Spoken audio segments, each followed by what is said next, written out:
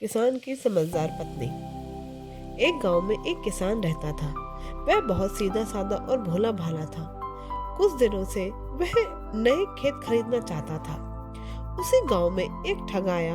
उस ठग को जब पता चला कि किसान एक खेत खरीदना चाहता है तो उसने किसान को ठगने की योजना बनाई। वह किसान के पास गया और बोला, किसान भाई, मेरे पास इतनी ज्यादा संपत्ति है कि मैं अकेला उसे संभाल ही नहीं पा रहा हूँ।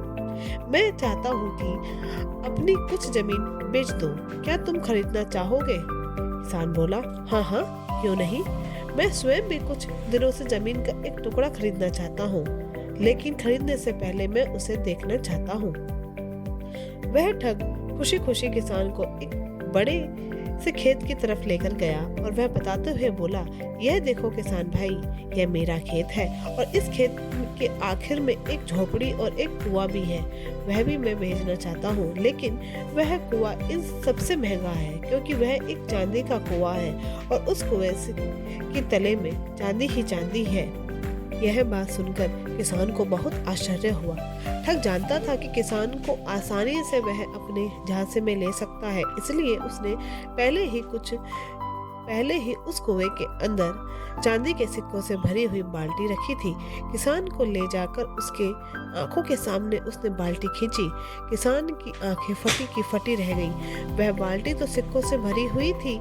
किसान ने सोचा कि अगर मैं यह कुआं खरीद लेता हूँ तो हमेशा के लिए मेरे पैसों की समस्या खत्म हो जाएगी। किसान ने पूछा, इस कुएं को कितने में बेचोगे?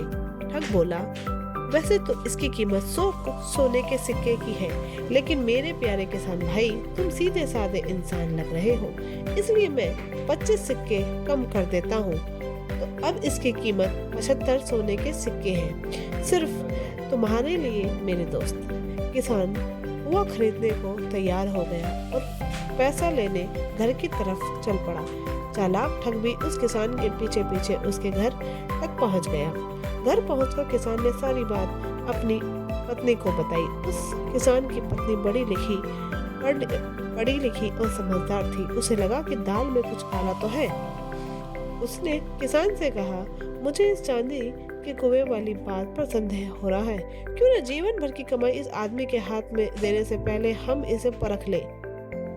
आप इसे जाकर कहिए कि हमें पैसा जमा करने में 3 दिन का समय लगेगा और यह कल आ जाए, और यह कागज पर लिख कर लाए कि वह कुआं इसका है और वह हमें 75 सोने के सिक्कों के बदले वह कुआं बेच रहा है। और यहाँ आकर वह 2 गवाहों के सामने दस्तखत कर देगा, और अगर वह कागज देने से मना करता है तो आप उसे सीधे सीधे बोल दीजिए कि कागज नहीं देगा तो कुएं के बदले हम 10 सोने की मुद्रा ही देंगे।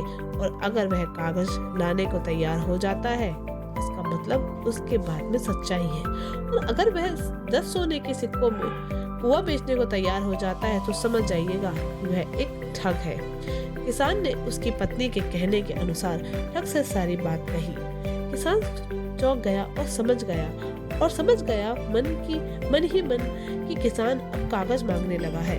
उसने बोला, ठीक है, अगर तुम्हारे पास ज्यादा पैसा नहीं है तो तुम मुझे 10 सोने की मुद्रा ही दे दो। अब किसान समझ चुका था वह उसके झांसे में आने वाला नहीं था। उसकी पत्नी ने इस बीच गांव के सरपंच को जाकर सारी बात बता दी।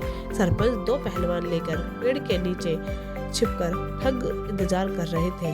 वैसे ही जैसे ठग ने 10 सोने के सिक्के वाली बात मानी, पहलवानों ने जाकर उसे पकड़ लिया और इस तरह वह किसान अपने समझदार पत्नी के कारण ठगी होने से बच गया। इस कहानी से हमें यह शिक्षा मिलती है कि किसी भी अनजान व्यक्ति पर आंख मूंद कर भरोसा नहीं करना चाहिए और अपने होशियारी और समझदारी से आप बड़े से बड़े नुकसान से बच सकते हैं।